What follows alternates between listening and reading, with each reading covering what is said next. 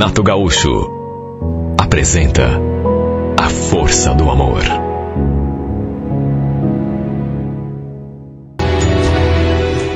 Só naquele dia já era a segunda vez que eu provava o meu vestido de noiva.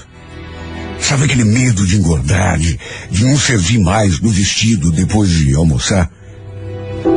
Eu não queria que nada desse errado. Nada. Eu queria que tudo saísse perfeito no dia do nosso casamento. E faltava tão pouco. Estava tão perto do tão sonhado dia. Eu vivia provando aquele vestido. Minha mãe às vezes entrava no quarto e eu estava ali, diante do espelho, me olhando, examinando cada detalhe. Ela falava assim, em tom de brincadeira, claro. Nossa, desse jeito você vai gastar o vestido antes da hora, filha. Mãe, só estava aqui fazendo uma provinha para ver se eu não engordei. Ela só ria. Achava graça. Depois comentava que o Otacílio não acabe entrando nesse quarto e te pegando com esse vestido. Você sabe que dá azar, né? O noivo vê a noiva com o vestido antes do casamento. Olha, eu estava tão ansiosa. E é claro que eu sabia dessa crença, né, que as pessoas têm. E lógico, tomava todo cuidado. Só provava o vestido quando ele não estava ali. Olha, eu estava tão feliz e tão ansiosa. Ainda não estava acreditando que daria algumas semanas a gente ia mesmo se casar. Parecia um sonho. Lembro que eu tinha terminado de tirar o vestido, o tinha recolocado na caixa e estava indo até a sala assistir a novela com a minha mãe, quando o meu celular apitou. Alguém estava mandando uma mensagem para mim. Pensei até que fosse ele, meu noivo, só que não. Era uma mensagem de um número desconhecido. Pensei que fosse telemarketing, ou mesmo uma cobrança, sei lá. E quando deixei para lá, começou a tocar de novo.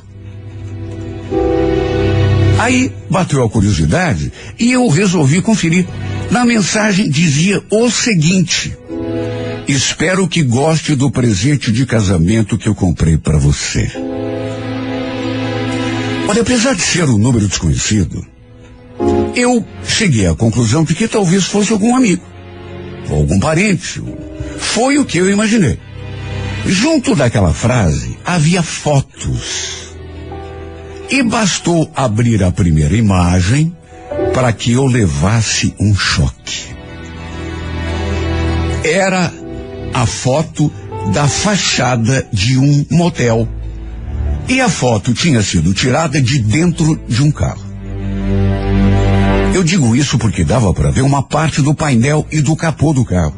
E ao fundo, a fachada daquele motel. Sabe, fiquei sem entender nada. Olhando para aquela fotografia, o que significa isso, afinal? Abri a outra imagem e vi que se tratava de uma foto, e foi aí que eu gelei. Uma foto do carro do Otacílio, meu noivo, tirada assim do lado de fora, de frente para o carro. Era o mesmo modelo, mesma cor e o pior, a mesma placa. Ou seja, não havia dúvidas de que era o mesmo carro, o carro dele. O carro, aliás, parecia estar dentro de uma garagem, assim, bem pequena. Não reconheci aquele lugar, mas já senti meu coração bater mais forte. Porque imaginei que devia ser a garagem de um motel, quem sabe daquele mesmo ali.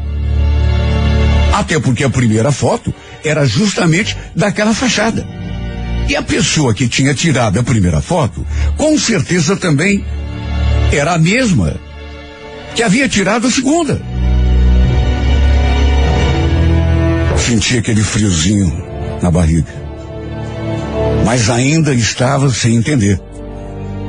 Havia outras imagens e eu, claro, fui abrindo uma a uma. Na terceira, era a foto de um quarto, uma suíte com uma cama redonda. Não aparecia pessoa nenhuma na foto. Mas só eu sei como me senti só de pensar naquilo que veio na minha cabeça. Havia outras fotos no quarto. Com detalhes, numa delas aparecia uma banheira dessas de hidromassagem. Até que uma das fotos em especial quase me fez cair dura no chão. Dava para ver o reflexo de um homem no espelho. E pro meu desespero, reconheci o homem na mesma hora. Até porque era ninguém menos que o Otacílio, meu noivo. Ele só de cueca. Olha, eu comecei a tremer. E tremi tanto que o celular acabou caindo da minha mão. Só Deus para saber como eu me senti naquela hora. Meu Deus, quem que pode ter mandado essa porcaria? Não dava para saber, porque o número, repito, era desconhecido. Será que era alguma brincadeira, alguma pegadinha? De repente, sei lá, algum amigo dele, ou então meu, resolveu aprontar aquela só para, na hora do desespero, a gente se agarra a qualquer coisa. Sabe, eu olhava para aquelas fotos e tremia ainda mais. Só podia ser brincadeira. O Otacílio, num motel. Só que, vamos convir, se fosse brincadeira, seria de péssimo gosto. Quem tinha tirado aquelas fotos só podia ser a mulher que estava com ele, naquela espelunca. E também só podia ser a mesma que tinha mandado as fotografias junto. Será que era alguma amante dele? Sim, porque quem mais devia estar com ciúme, despeitada com a proximidade do nosso casamento? Aí resolveu fazer aquilo para estragar tudo, nos separar. Ou será que era alguma montagem? Olha, até nisso eu pensei.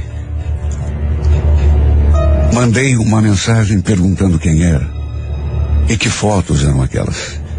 E olha, parecia que a pessoa estava adivinhando o meu pensamento, porque respondeu na hora. Não pense que é montagem, sua tonta. Sabe quando vou deixar você se casar com o Otacílio? O Otacílio é meu. E se um dia ele se casar, vai ser comigo. Ninguém queria imaginar o estado em que eu fiquei. Me deu outra crise de tremedeira pior do que a primeira. Sem contar que também caí no choro. Meu Deus, não podia ser verdade. O Otacílio jamais teria coragem de fazer aquilo comigo. Ele me amava. A gente estava a um passo de se casar na igreja. Mas e essas fotos? Essas fotos estão me dizendo outra coisa. Para piorar, lembrei que no dia anterior ele não tinha ido me ver. Tinha mandado uma mensagem dizendo que tinha umas coisas para resolver sobre o casamento, que talvez não desse tempo de passar em casa. Como de fato não deu. Só mais à noite é que fomos nos falar. Praticamente na hora de dormir. Será que foi por isso que ele não tinha ido me ver? Porque estava naquele motel com outra? Olha, eu fiquei tão mal. Eu fiquei tão fora de mim que reenviei aquelas porcarias daquelas fotografias pro Otacílio. Aliás, reenviei tudo. Até os textos. E no final perguntei: será que você pode me explicar o que significa isso? Não sei o que deu em mim. Mas logo depois que reenviei as fotos, eu acabei apagando sem querer aquela conversa. Ou seja, fiquei sem as mensagens originais da desgraçada que tinha mandado aquilo. Até o número dela se foi junto. Na hora eu nem me toquei. Estava tão nervosa que simplesmente apaguei a conversa e, consequentemente, as fotos. E o número. Ele demorou para ver a minha mensagem. Só que mesmo depois que viu, não respondeu. Ficou em silêncio, me fazendo sentir ainda pior. Dali uns 15 ou 20 minutos, ele mandou uma mensagem querendo saber quem que tinha me mandado aquelas fotografias. Respondi em mensagem de áudio. Não interessa. O que eu quero saber é quem é essa vadia com quem você estava ontem no motel. Sabe a desculpa que ele me deu? Eu fiquei ainda mais desesperado quando li aquilo que ele escreveu. Oh, meu bem, essas fotos são antigas. Você não vai dar bola pra isso, né? A gente nem se conhecia nessa época. Deve ter sido alguém querendo me prejudicar. Como que ele podia ser tão cara de pau? Meu Deus, não fazia nem um ano que ele tinha comprado aquele carro. E o carro aparecia numa das fotos. Inclusive, a placa. Como podia dizer que era coisa antiga? Que a gente não se conhecia na época em que aquelas fotografias tinham sido tiradas, sendo que já estávamos juntos há quase 3 anos. Foi a nossa pior briga. Por telefone mesmo. Eu disse tanta coisa para ele. E depois de um impulso apaguei a conversa, sem me dar conta de que ao fazer isso estaria também apagando aquelas malditas fotos. Além de apagar a nossa conversa, eu ainda o bloqueei. Estava tão revoltada, tão injuriada, que no fim acabei fazendo coisa pior. Olha, nem eu mesma sabia que tinha coragem para tanto. Eu sempre fui impulsiva, sempre tive o sangue quente. Sabe, eu sou o tipo de pessoa que perde a paciência com muita facilidade. E diante do que tinha acontecido, depois que descobri que estava sendo traída pelo meu noivo, às vésperas do nosso casamento, eu reconheço, ninguém precisa me dizer isso porque eu sei. Acabei perdendo a cabeça e cometendo a pior loucura da minha vida. Fiquei fora de mim. Do jeito que eu estava, saí para a rua.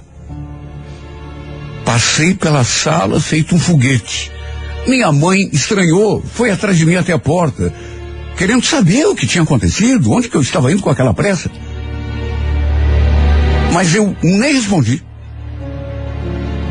Juro, eu parecia possuída por algum espírito do mal vingativo.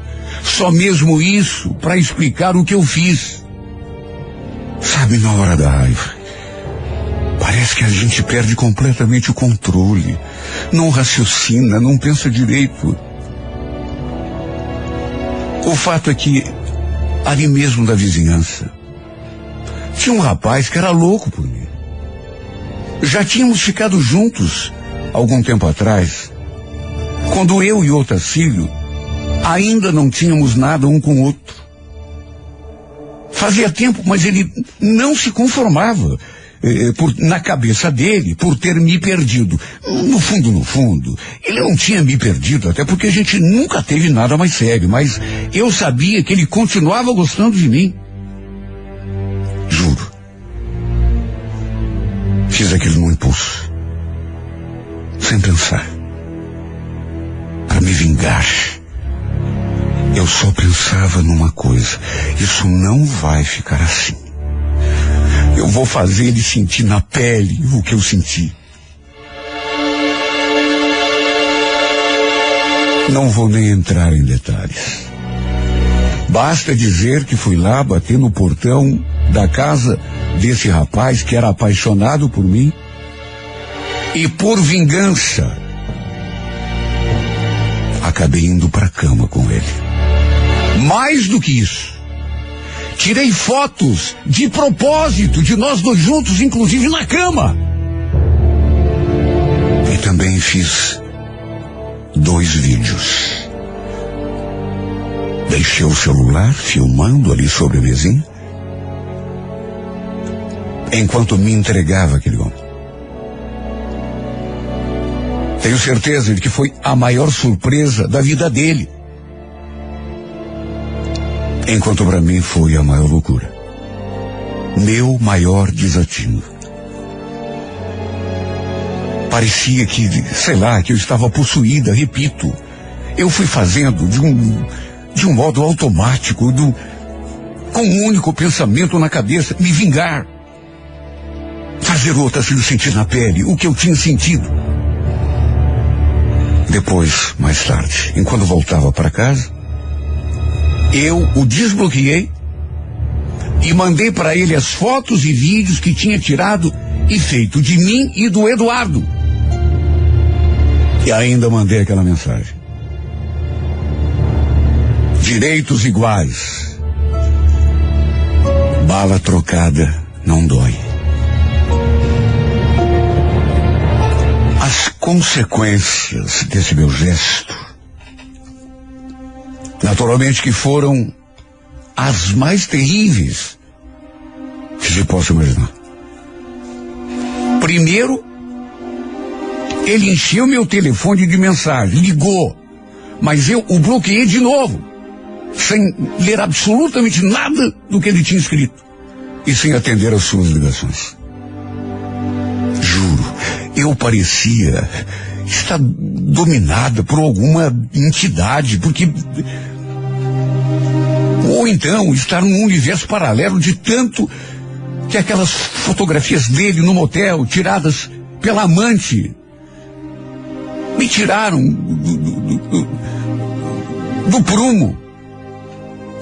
Bom, para eu ter feito o que eu fiz, me entregando aquele rapaz só para me vingar, só mesmo estando completamente louca.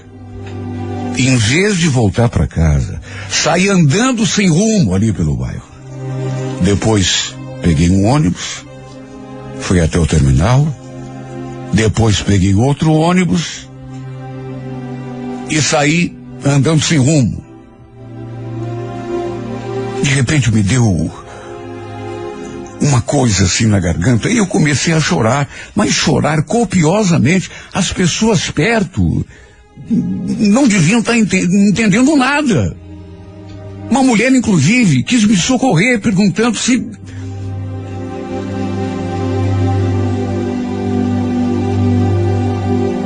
Aí, pelas tantas, começaram a me ligar, a mandar mensagem. Inclusive, minha mãe, meu pai, meus irmãos, todo mundo. Minha tia, até amigos. E como eu não queria vir nem falar com ninguém, simplesmente desliguei o aparelho.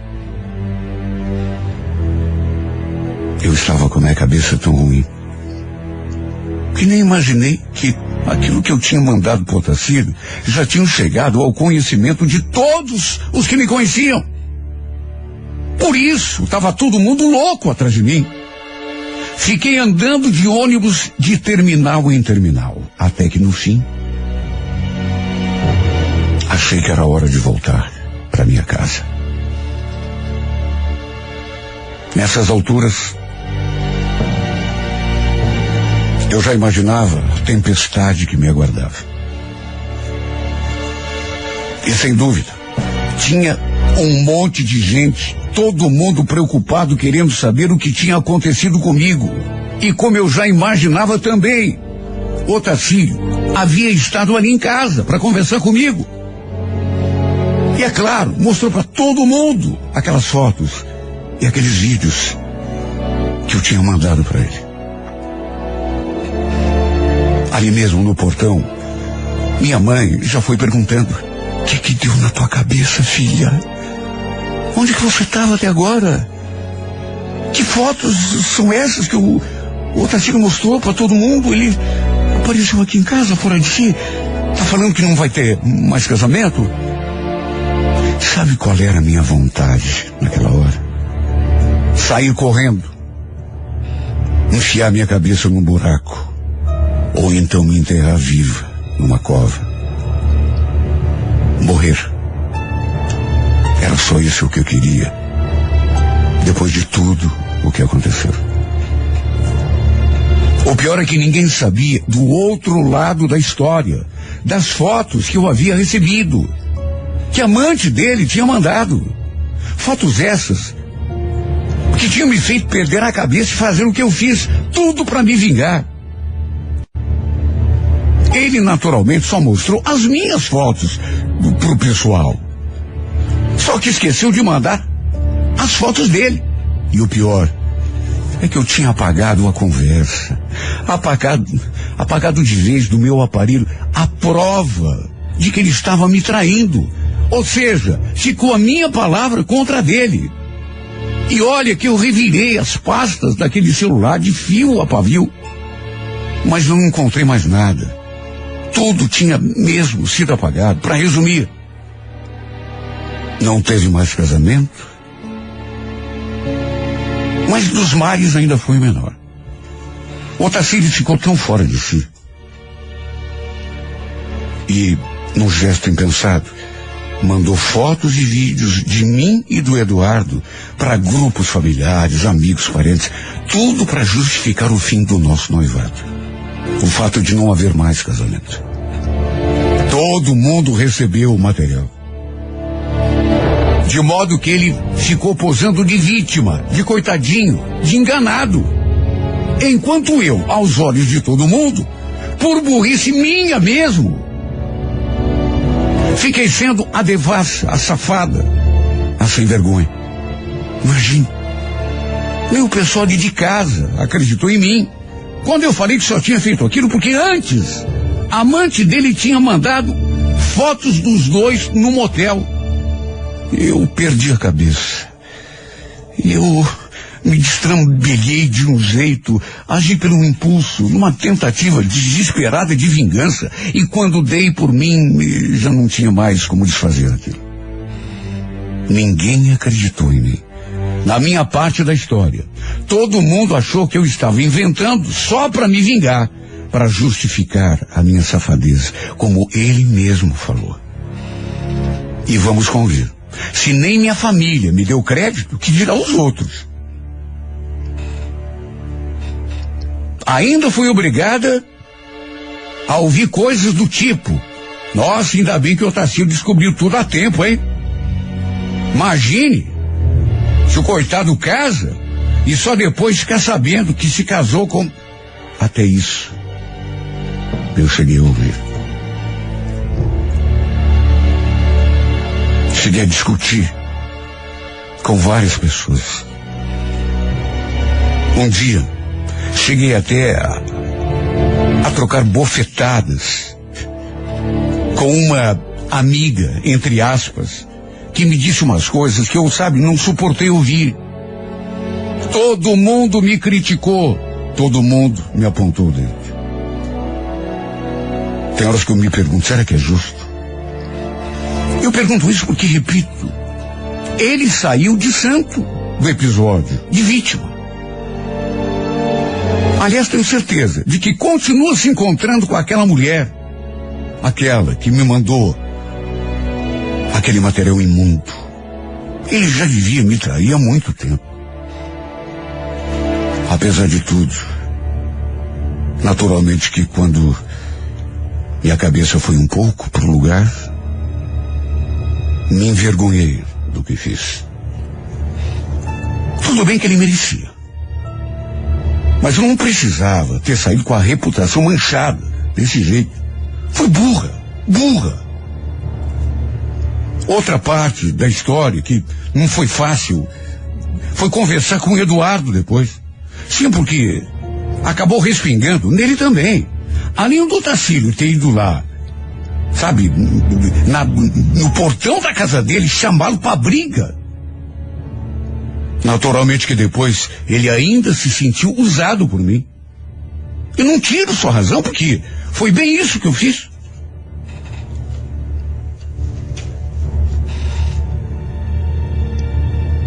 E foi tão difícil explicar, pedir desculpa. Eu sei que não devia ter feito o que eu fiz. Será que alguém precisa me explicar? Não precisa. Eu sei, melhor do que ninguém. Eu sei. Tô até aqui, de gente me criticando e me condenando. O pior é que, aquilo que eu falei, ele gosta de mim de verdade. Essa é a pior parte. Eu sei que não tinha o direito de usá-lo daquele modo. Brinquei com os seus sentimentos. A grande verdade é essa. E me arrependo muito. Só que agora é tarde, né? Nem eu mesmo entendo como fui capaz. Vou dizer de novo. Mas juro por Deus que a pura verdade eu me senti possuída por um demônio, um espírito. De todo modo, o mal está feito. E acho que de todos, quem mais saiu perdendo fui eu, porque, além do coração machucado, a alma retalhada, ainda saí com a minha reputação enterrada no barro, na lama. Por anos a fio, sei que todos vão lembrar dessa história, mesmo que eu vá embora para um lugar em que ninguém me conheça. Vão continuar comentando, falando de mim, da mulher que traiu o noivo às vésperas do casamento. Apesar de tudo, foi bem feito para ele também, porque ele mereceu. E além de tudo, foi machista o suficiente para botar o meu nome na boca de todo mundo. Fazer até minha família ficar contra mim. Não me orgulho do que fiz. Pelo contrário, sinto vergonha de mim mesmo. Mas ele não tinha o direito de ter espalhado aquelas fotos e aqueles vídeos. Além do que, fui burra. Porque eu mesmo apaguei a prova do crime. Sabe, tem horas que... sei lá o que eu penso de mim. Mas tem horas também que eu acho que... sabe aquele ditado? Deus está no comando, Deus vê tudo o que acontece, não cai uma folha de uma árvore sem que Deus tenha conhecimento. Então, nessas horas eu penso, deixa estar. Um dia, o lado da minha verdade aparece. Há de chegar o dia em que todos vão ver tua máscara cair. Viu, Tarsila? O dia em que todos saberão o que você aprontava pelas minhas costas. Isso não vai me redimir do que eu fiz. Mas você vai parecer sem a máscara, na frente de todo mundo. Repito, não me orgulho do que eu fiz, mas fiz apenas para dar o troco. Não foi por safadeza. Não foi porque eu tinha um amante, como era o teu caso. E por mais que você tente esconder, um dia todos saberão a verdade. E quando esse dia chegar, pode acreditar, vou estar perto para poder te apontar o dedo, do jeito que apontaram para mim, do jeito que você fez comigo. E esse idiota, filho, você pode achar que não, né? Você pode achar que vai se safar. Mas esse idiota, filho, você pode estar certo do que eu estou dizendo. Está mais perto de chegar do que você imagina.